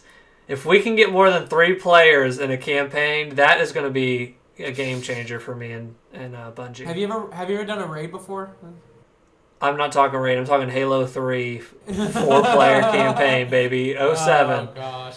My biggest regret, Zach, is that we did not record that raid that we did Yeah. as part of the channel. That was the Well, it biggest would have been a miss. 6-hour video. Hey, us three need to do a strike. That's what we just see if we I'm can go down. to a strike. I still Can have I the get game my- installed. You do? We should play it. It's I the still do. the new season's out. It's supposed to be really good. Here's my prediction. I think that I just have a feeling. I think that they're going to make an actual action MMO. I think that's their natural direction. That's what they've been trying to do with Destiny for years, but Activision didn't have that vision and whatever. But I think they're going to make like a true multiple playable races, 8, 10 different classes. I think they're going to try to make World of Warcraft, but they're going to try to do it with genuine action gameplay. That's what I think is going to happen. And I think they've been investing in some Chinese developers. I think that they're going to try to make it a game that can be run on so that they can kind of do the Somebody Genshin Impact disagrees. style. Yeah. I think they're going to try and do the Genshin Impact model where they can be on phones, devices. So That would be very. Sorry, I'm not trying. and in that, I bet Jacob, I would assume you might be right. It might not be a person, Yeah. Unbelievable. but that would be my best guess. And for a wild card, I actually think it'll still be in the Destiny universe, but I think it'll be like a leap forward, different era, different everything type of deal. I'm gonna let you be the canary in the coal mine for this next Bungie title. You let me know how that goes, cause Hey, for real, dude. for real. I've had a lot of fun with Destiny too, so I'll be still play excited to see Destiny, what though. it is. I like Destiny a lot. Hold on, the dog. Wait, is that your dog talking? Wait, what is that? She needs to get her butt down. Hey, get down. Out. Get down. Seriously. right. Last news story. Beep, beep, beep, beep, beep, beep, breaking news. Beep, beep, beep, beep, beep, beep, beep, Cyberpunk creators CD Projekt and CD Projekt Red, I guess both of them, developers, they were epically pwned, I think as it was. Yes, I think that's the term. Which is, yeah, they're old, whoever said that. They were hacked, and if you don't know what ransomware is an approach to blackmailing a company where hack into everything they have, and you download it, and you take it, and then you tell them this is going to get sold to the highest bidder. You get Bitcoin. And somebody did that to CD Projekt, and they got the source code for all of their games and their engine and all of their internal documentation, which is pretty much the worst case possible scenario if you have a company. I mean, like, that's everything you have. People, it's not just piracy. People can reverse engineer everything you did. It's bad. And So how'd this end up? Because I saw it. So what happened? Any bad stuff? I think they released something. They released Gwent stuff, didn't they? Yeah, CD Projekt said we're not going to negotiate with you. We're just going to talk to the authorities, and I think they did that. And I think it got sold. I'm pretty sure it got sold, and we'll see where that stuff starts to pop up. Yeah. Selfishly, like, this stuff's always really interesting. It's on the back end. Like 20 years from now, you'll be able to pretty much. I mean, not even 20 years from now. In the near future, you will be able to whatever in whatever way you want.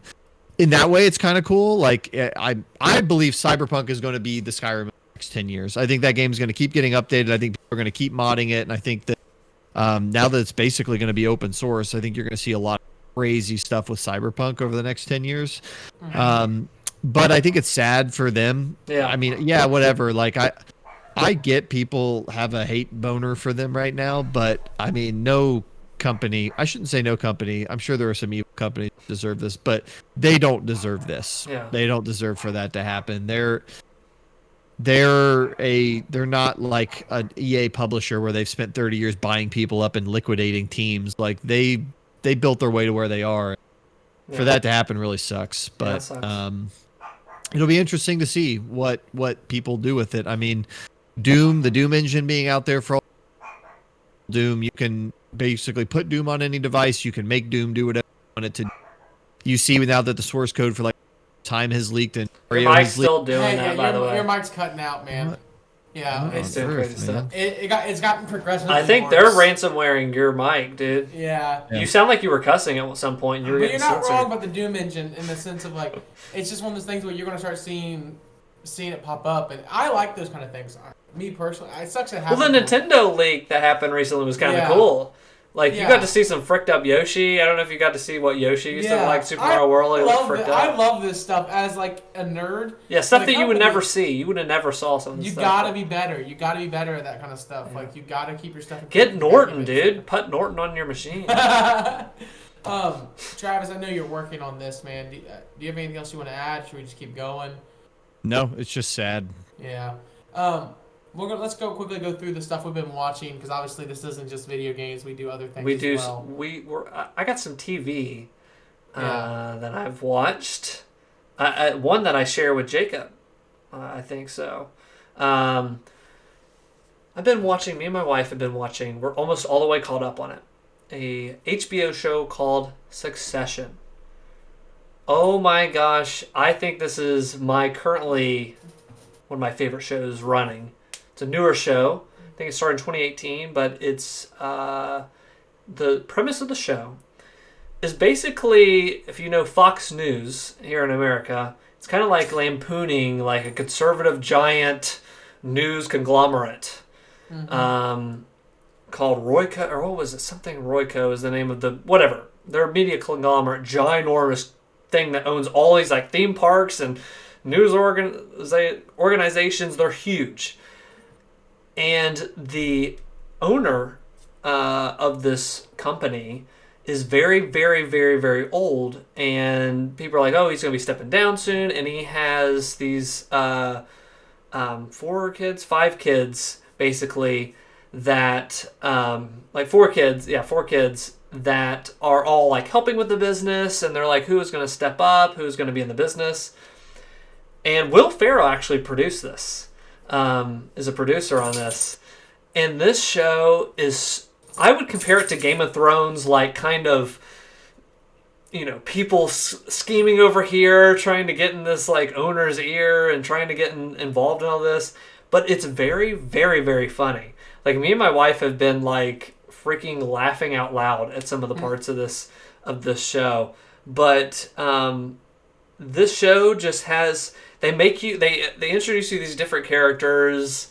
They all have extremely distinct kind of personalities, and you just really start to like, okay, you just love seeing certain characters interact and these interactions. And what they do, like, it reminds me of Game of Thrones early seasons of like, oh gosh, they're gonna do this, or how, because they build up these characters, they take the time to like interact these characters, their personalities, and then there's like a big meeting or there's a big moment, and you're just sitting there like the episode we watched last night. I was like sick to my stomach because they're throwing you into these different business deals and all this different stuff. But highly, highly recommend Succession. There's 10 episodes season 1 and 10 episodes season 2. We're on season 2, episode 8. So we're about to finish. And then they were going to put a season 3 out, but COVID stuff happened. So I think that's got delayed. But highly recommended. Very freaking funny moments as well. So Succession. I freaking love Succession. It is awesome. It's very good. That show is the best intro. That show is the best intro music to Succession. Yeah, doesn't it? Yeah. Is that the show with the I think the intro is one of the way too long. The intro to that is like 3 minutes, but I do like that music a lot. Yeah, I saw someone post that to Twitter a couple years ago, and I was like, that is awesome. Yeah, that's I really like it. Dun, dun, dun, dun, dun, dun, dun. We've just been singing around the house, but Succession freaking rules. And then Jacob. Yeah, so without spoiling, because I do want Travis, I think you should check out Attack on Titan. I'm planning Travis. Yeah, I'm not going to spoil anything. But you're caught up? Are you caught up? I've watched all 3 seasons of the dub of Attack on Titans. What a freaking roller coaster. Let me paint a picture for you. We shot this podcast on a Friday. I started it on a Saturday. I was finished by Tuesday. I fell in love with this anime. Like, I have not felt this way about an anime probably since like Shippuden and Naruto. Just because of the characters, but not only that, the roller coaster of a story. This anime does not know when to stop. I mean, it is boom, boom, boom, and you're like, man, are we finally going to settle down? No, we don't have filler in this episode. There's no filler in this. Like, it is just plot development, character development, situation, story arc, boom, boom. It's all over the place, and man, it is good. And you know what makes me happy about it is I know there's only going to be 4 seasons of it, so that tells me like this might go like on my all-time list. It's right now. I'm just giving it the 3rd place. It is incredible. It is in season 4. I did it multiple times throughout the seasons, but I'm on season 4, and every episode when it goes to credits, I'm like, this show's incredible. Wow, like you're just left jaw hitting the floor. I want to watch the dub. I love the dub voices. I think the dub voices are. Oh yeah, because they don't have the dub yet on season 4. They're perfect, but the season 4 dub isn't out, and I have such an itch, and I got a scratch. So I've been debating whether I want watch the sub, dude. Take the sub pill or not. Take the sub pill. Man, like, Travis, for the love of God, you gotta watch this, dude. Like, I know we talk about leftovers. I want to tell you that. Let him finish his meal before dessert. What an anime! I want to back it up and say season 4. So I'm like watching this live. I've been watching live since season 1 of this show, and it's a lot of Evangelion influenced, with these giant naked people running around, all this other stuff going on, but. There's literally shot-for-shot stuff they kind of pay homage to, but the secrecy and stuff that's going on behind the scenes and how they really just tease that out season to season is so freaking good to building the moments where you're like, you are just cheering in your seat because like they build up these moments and finally this interacts with this and X and Y and you're like, oh my gosh. And I know the stuff you saw in season 3 is like jaw hitting the floor like moments. That was the last 5 episodes of season 3. There wasn't a point where my jaw didn't get picked up. It's like so it dropped good. And it just stayed open because there wasn't a point where I could breathe. Yeah, like, you're just like goosebumps and you're like, this is badass. Like it's so fun. Man. Attack on Titan. Highly recommended as well. There's a video game. I want to play the video game now. There's a video game you can play on it. I have Attack on Titan in VR.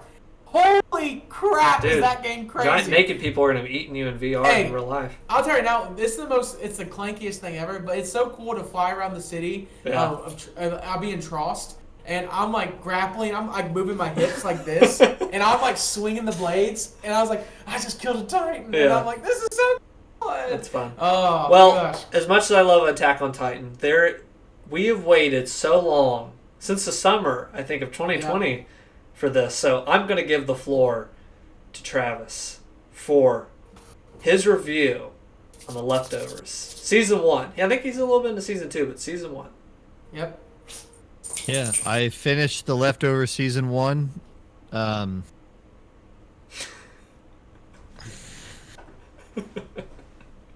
I don't really even know where to start. It's like you played Control.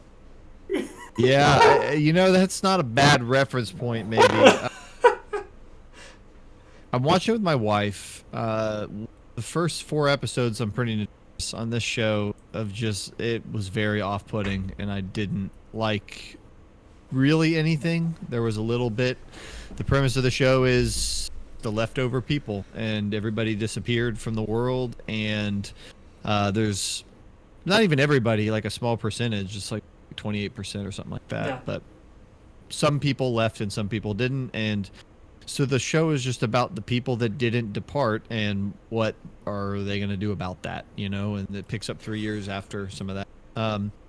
And there's some people in cults, and there's teenagers being teenagers, and your main character is a cop in a town. The first 4 episodes just like really didn't do it for me at all. Didn't work. Didn't like it. Characters, didn't like the melodrama, didn't like the plotting piano soundtrack that tried to make everything super somber, didn't like the acting. I have gone on and on. I thought it was complete crap, basically, and I don't say that about things typically. I find redeeming things in a lot of stuff. Did not like the first 2 episodes of the show. Listening to you is like when we gave Dark Souls to Jacob. Yeah. I did not. I thought like sure. I thought sure this was going to be your show, but you're not. But season 2 and 3 is more of what I think you're into. But that's the first 4 episodes. Yeah. So last month we were talking about it some more, and I was like, okay, I'm going to get back around. And so we just picked it up where we left off. My wife and I did, and those next couple episodes, a little bit of the same stuff. I found some more things I found intriguing. Around episode 7 or 8, though, there's this cult in this town. They finally started to bring things to a head a little bit in a way that I enjoyed. I think you should go ahead and spoil some of this because we've all seen it, and just spoil alert for those that haven't seen it. So there's a couple things. Care. So they started to bring in this character. I don't know if it was Nora. I think is her name. They started to bring in this female character, and they did a whole episode focused on her. I think it was like episode 5 or 6, and that was the first time in the show when I really started to connect with a character. Basically, this is a lady whose whole family, when the departing happened or whatever. But they did a whole episode focused on her, and I really started to like her character, and then she started to kind of get involved with the main character, who I like his personality, but I just didn't really get what was going to be him. And what's happened is the show, by the end of season 1, they've kind of formed this kind of family unit of like the guy who's the cop, and then the lady Nora and his daughter, like and then now they have a baby, but they've kind of formed this unit, and I found that I actually like that unit of people. I like their chemistry together. I like what they're doing. So it's finally, and now the pastor, who I don't really care about, that's her brother, and so now at least I felt like she was the thing that came into the show and gave it some kind of like, this is a person that connects these loose threads. Yeah. And I like her connection with the main cop a lot. So season 1 really comes to a head because the cop is having these I don't know, sleepwalking episodes where he's waking up and like he's in this weird place with this hick, and like, you know, he's just like madness is happening. They're not our dogs. Yeah, they're not our dogs. Let's go get the other guy. He was whatever.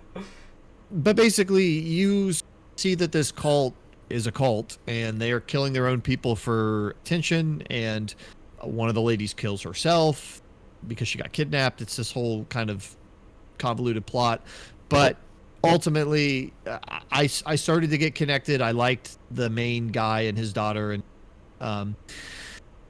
but there's so many things character-wise with this show that are super confounding to me.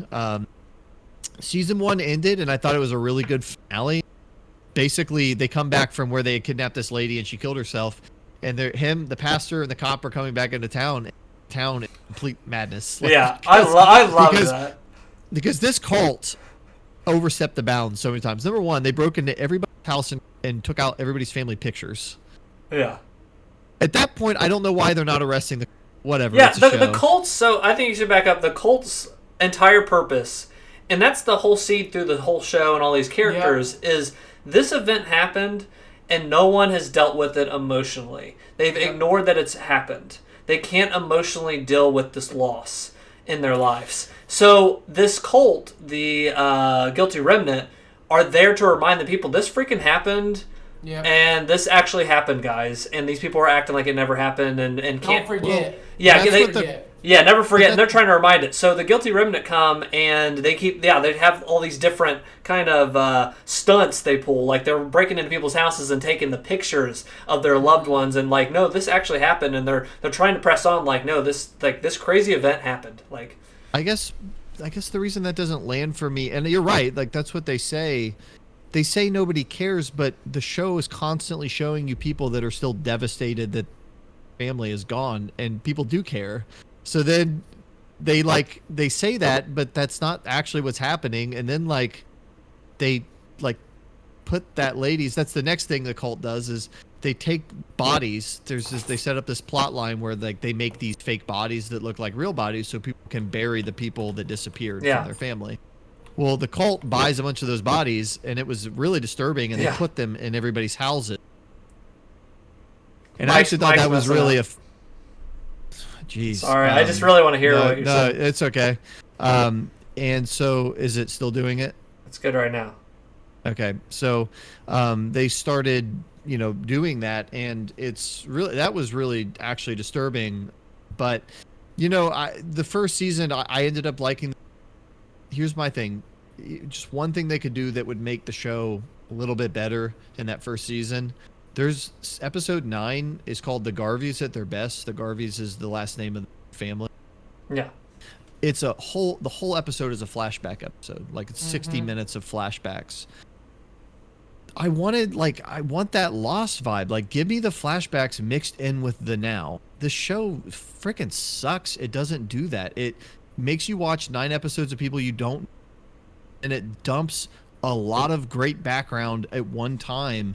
And my wife and I looked at each other like, if they had all this great stuff, like there's a Lost was genius because it mixed those things in for all these tension and release moments. This show was just all trying to be tension for 8 episodes and then give you a big release with a bunch of flashbacks at the end. It's just bad pacing. That's my opinion. That's my feeling on it. I don't think it's a good season of television. Thought it was a good finale, good penultimate episode, and it ended up selling me on some of the characters, but don't give me 8 episodes of stuff that with no context because it just comes across as edgy. I just would have liked to have been paced better and mix in the past with the present a little bit more. Maybe they didn't want to do that because they didn't lost. They didn't want to be compared, but so that is what it is. So but I want to echo that. So I remember when I originally watched Lost and I was talking to Zach and we talked about it in the podcast. I was like, season 1 was kind of a pacing issue. I 100% agree with that idea. I love the ending. I said the ending what convinced me on season 2. 100%. Yeah. I don't really share your opinion in terms of the characters not becoming invested in them because you're not getting their backstory. I think their backstory is something that you're left to kind of assume what happens because they give flashbacks. Like Kevin did something that was unthinkable when everyone disappeared. He was out doing something he shouldn't have been doing. Nora lost everything she lost. So you start to be able to piece some of those pieces together, and then they give you the whole here it is. Yeah. This is it, guys. Here is everything, and it kind of reconfirms what you've been kind of putting together in your head. So I can understand the frustration in that sense. That makes sense. I get that. I will say too with the I get that you miss that from Lost because it does not do the back. Lost has a style like this, and then it does the flashback. This was more about. Why I kind of liked this more than Lost in some ways. Lost is my favorite. This, for me personally, it trimmed the fat. This is 30 episodes or 27 episodes, 28 episodes. I forgot how much. I think 28 episodes total. It's 28. Yeah, 28. And it kind of trimmed that. So we don't get as much tons of backstory stuff, but the theme and what they kind of do throughout the whole show, and they really, of course, the main character Kevin Garvey. Yeah, that's where a lot of the weight is on that meaning and what they're trying to tell the story. I liked what they were doing with that more, but again, it's a light version of Lost. You're not getting a backstory, but I understand. If that's what you're looking for, you're getting a trimmed version of that. I guess it's pacing. It's not that I needed to know, and I didn't try to put Lost in my mind. You're cutting out, my man. Yeah. They were teasing a lot of things for a long time, and it just kind of anyway. But I started season 2, and I've enjoyed a bit more. Have my thoughts on that next time, but yeah. Okay. Well, cool. I'm glad you're getting through season 2. Yeah. I'm excited to hear more thoughts about it as we progress through it. As we finally conclude. Because as we've said a lot of times, season 1's content is the book. Season 2 and 3 goes Damon Lindelof totally in a different psycho direction. You're going to go crazy directions. It does. Oh my gosh, I don't even want to think about it. Yeah. Season 2's been interesting. I had a couple things that were a little weird. I've liked it better. So. Yeah. Movies. I saw one movie this month. And if you remember from a couple podcasts back, I watched a movie called The Hunt with Mads Mikkelsen. Yeah. Well, I watched The Hunt 2020. That was from like 2017, 2016 or whatever. I watched this. This is from last year called The Hunt. And it famously was lambasted. Is that the word? Is that a word? I'm not sure. I actually don't know what you said when you said lambasted. Is it like a... It was criticized. How about that? Let's go back to elementary school. I'll just use that word. I'll use words that I can remember. It was criticized by Trump, this movie. Did you guys hear about this? No, not I at didn't all. hear that. And did you know who was a writer on this movie? Damon Lindelof. So, right after Leftovers, he had to move over to a movie called The Hunt. I forgot the director's name, but this movie, the premise is 12 patriots wake up in the forest, and they're all like gagged, and they don't know how they got there or why they're there, and they're being hunted. And they're called degenerates, and these liberals are hunting them. So, which is even funnier that Trump kind of criticized this, because it's like you didn't know the premise of the movie. But the movie is a satire. It's like a dark humor, like satire on the current affairs of America. This movie was very, very funny. It has like a bunch of different like main actors you've seen before that get absolutely just obliterated in the first like 1 second of this movie. It is so funny. You don't know what direction this movie is going to go in. Crazy freaking action scenes and stuff that they do. And it also just doesn't take itself seriously, and it really just tries to make fun of America. It really tries to like make fun of liberals and Republicans, and it does a really funny job. So it's very short too, and it doesn't overstay its welcome. And me and my wife watched this and cracked up and had a really freaking great time with it. So The Hunt, recommended. I think it's like an hour and 20 minutes. It's very short and very funny. So it's a tough tightrope to walk. I think it does a great job in that. It really just tries to just be this goofy thing, the satire. He agrees. She agrees. I'm trying so hard. My dog won't shut up. Dude, it's peeking. Do you hear this? Do you hear this? That's as good a time as any to call it, I think. Oh my gosh. Well, I think that's the podcast. The dog's barking. Gets my dogs barking. Yeah, I want to say a big thing. Oh my gosh, you know it's bad when the camera turns off. Oh my gosh almighty. What's happening? Oh my gosh. Oh, it's coming back. It's coming back for him. Don't turn that camera back on. I'm trying to it's such a balancing act. I don't know why she's doing it. I think she has to go. Yeah. Well, so I'm like, tell her to hold up. We're gonna wrap this up. I want to give big thanks people watching the streams. I've actually changed the formats of Hangouts every Thursday at 7 p.m. Eastern. I've changed it since we started talking about Dogecoin. All the GameStop stock stuff happened. That went crazy. I lost all my life savings. This will probably be the last podcast. But yeah, I changed the format of Hangouts to include a theme. So every week we try to have a different theme, a different thing we try to chat about. So me and John chatted about cars. We talked about Dogecoin, and we played Shadow the Hedgehog, me and Kenny. So a lot of fun stuff is happening. A lot of fun little streams to come. So check out more of those. Thursdays 7. Travis does a stream on Tuesdays at what is it 7? 6:30? Well, I haven't been doing that. I will put something up on the Twitter. We're gonna change the time up, I think. Okay. But yes. Travis's in the time meantime, machine. I did like 5 streams worth of content in a Steam Game Festival video with my buddy Sam. So Check that out. yet, That's check on the that channel. He made up for all of it in that one video. I think that's it. Check out DweeBros if you haven't already. Twitter, when all this stuff's going up. And it's been a great podcast. But as they say, stuff's getting bad with the dogs going crazy. I'm going to Cancun, guys. I don't know about you. Oh my gosh. Yeah. And I'm tired of this COVID stuff. I'm just getting away. My flight is leaving right now. Yeah. My dog is so excited to go with me. Yeah. I had to do something nice for my dogs. It's just been so rough. That's true. And so tough. I'm bringing dog friends with them. I don't think you even meant that. It's been so rough.